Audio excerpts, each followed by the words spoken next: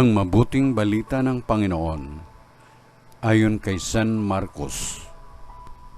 Papuri sa iyo, Panginoon. Noong panahong iyon, isa sa mga eskriba ay lumapit kay Jesus at nagtanong, alin pong utos ang pinakamahalaga? Sumagot si Jesus, ito ang pinakamahalagang utos.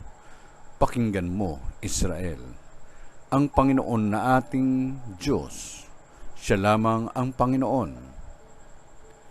Ibigin mo ang Panginoon mong Diyos ng buong puso, ng buong kaluluwa, ng buong pag-iisip, at ng buong lakas. Ito naman ang pangalawa. Ibigin mo ang iyong kapwa gaya ng iyong sarili. Wala nang ibang utos na hihigit pa sa mga ito. Tama po, Guro, wika ng eskriba.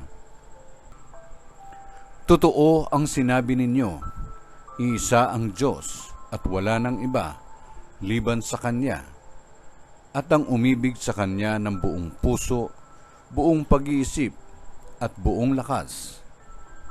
At ang umibig sa kapwa gaya ng kanyang sarili ay higit na mahalaga kaysa magdala ng lahat ng handog na susunugin at iba pang mga hain. Nakita ni Jesus na matalino ang kanyang sagot, kaya't sinabi niya, malapit ka nang mapabilang sa mga pinaghaharian ng Diyos, at wala nang nangahas magtanong kay Jesus mula noon. Ang mabuting balita ng Panginoon. Pinupuri ka namin, Panginoong Hesukristo.